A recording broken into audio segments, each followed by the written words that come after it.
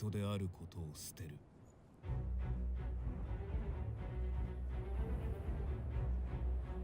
その瞳は光よりも鮮明に闇を映し、その牙は死者の魂をも奪う。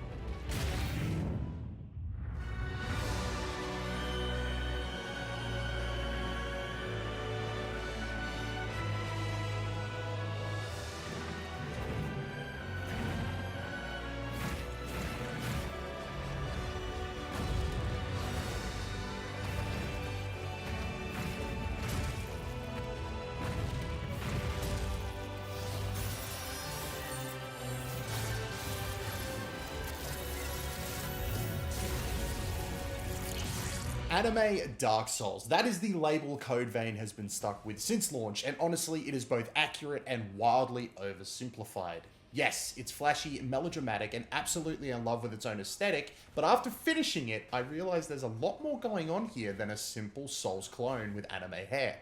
Code Vein drops you into a broken world that feels like it's already given up. Civilization didn't just collapse here, it shattered, and what's left is held together by desperate survivors and beings that shouldn't even exist anymore.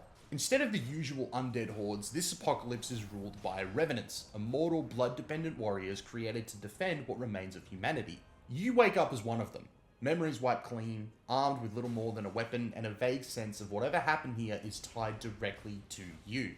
From the very start, Code Vein positions itself as something familiar yet different. It didn't take long for the quote-unquote anime Dark Souls label to stick, and honestly, it's not that unfair a comparison. Certain environments feel like deliberate nods to From Software's work, with towering gothic structures, oppressive layouts that test your sense of direction as much as your combat skills. The Cathedral of Sacred Blood is the most obvious example, evoking memories of Analondo almost immediately. Swap out relentless arches for winding paths and vertical confusion, and the inspiration is quite clear.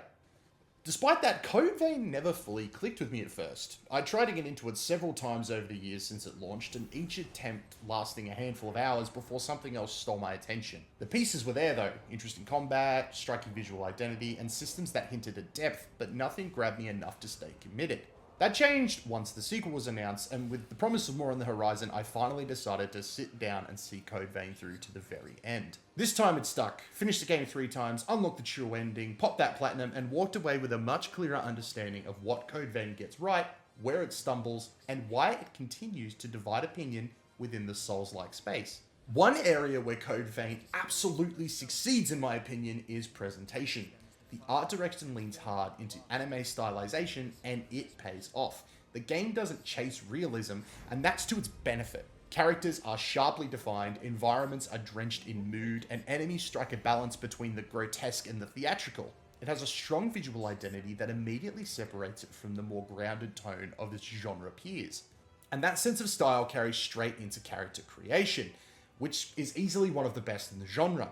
You can lose a worrying amount of time, and trust me, I did, tweaking every possible detail from facial features and scars to accessories that can be positioned with impressive freedom. What really elevates it is its accessibility. You're never locked out of customization. At any point back at home base, you can completely redesign your character, whether that's changing hair color to match a new blood code aesthetic, or finally committing to that dramatic facial marking. The outfit selection could be a bit broader, but the quality and flexibility on offer still allows for a huge amount of personal expression.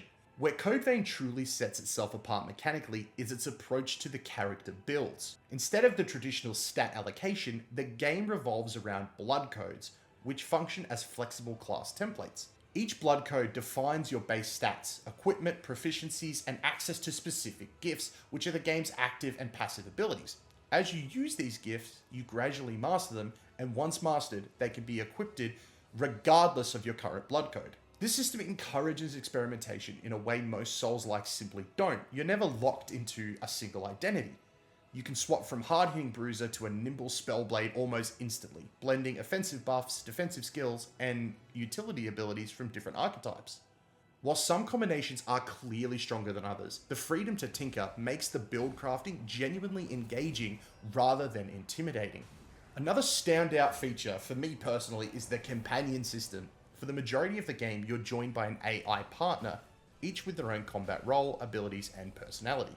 Characters like Yakumo, Mia, and Lewis don't just provide extra damage, they shape how encounters will play out. More importantly, companions act as an organic difficulty modifier. If you want harsher, more traditional Souls-like experience, you can venture out alone. If you'd prefer support, crowd control, or emergency healing, bring a partner that makes a noticeable difference. It's an elegant solution that makes the game more approachable without stripping away the challenge for those who want it. Accessibility is clearly the priority here, and it is handled thoughtfully rather than through blunt difficulty sliders. That philosophy extends to the exploration as well. Code Vein includes a mini-map that gradually fills as you explore, along with a completion percentage for each area. While this would feel out of place in other Souls-likes, it really works here. Some levels are dense and maze-like and full of hidden paths. Having a visual reference helps prevent frustration without undermining the discovery. For players who enjoy fully clearing zones, it is a welcome quality of life feature. The depths further reinforce this accessibility. These optional side areas function as a compact dungeon designed primarily for farming, materials, and currency. They're straightforward, quick to complete, and ideal for testing new builds or grinding upgrades without risking that progress in the main game. Compared to similar systems in other titles, they're refreshing, simple, and respectful of the player's time. Taken all together, these systems make Code Vein an excellent entry point for newcomers to the genre. It teaches the fundamentals of stamina management, dodging, reading enemies' patterns without overwhelming players with constant punishment. You're given room to learn, adapt, and experiment. However, Code Vein's anime identity does sometimes feel like a double-edged sword. While the aesthetics and tone will absolutely appeal to fans, the game leans heavily into familiar tropes, sometimes to its detriment. Emotional moments are often delivered through long stretches of static dialogue, undercutting urgency. Themes like friendship and sacrifice are repeated so often and so directly that it can feel more obligatory than earned. Many supporting characters fall neatly into recognizable archetypes, which makes it harder for dramatic moments to land. Story delivery through vestiges is another mixed bag. These memory fragments reveal key lore through slow sequences where your character trudges through past events. While the idea is solid, the execution drags. The pacing is glacial, and after restoring enough vestiges, the process starts to feel like a chore rather than a cool reward. Also, the game struggles with early overload. New players are bombarded with systems, blood codes, gift, icon management, companions, weapon upgrades, blood veils within the first few opening hours. The tutorials exist, but the sheer volume can be overwhelming, and it does take time before everything clicks. Enemy variety can be another weak point. Across the full campaign, you'll see the same enemy types frequently reused, often differentiated by, only a color or a minor behavioral change. Boss encounters are similarly uneven early on. They can be challenging, but once your build comes together, many bosses will fall quickly, especially with a companion in tow. For players seeking that intense difficulty, this may feel a little bit underwhelming. But as I've said, this is sort of like baby's first Souls, so it really depends on what you're coming into the game for. In the end, Code Vein is a game full of strong ideas that don't always reach their full potential.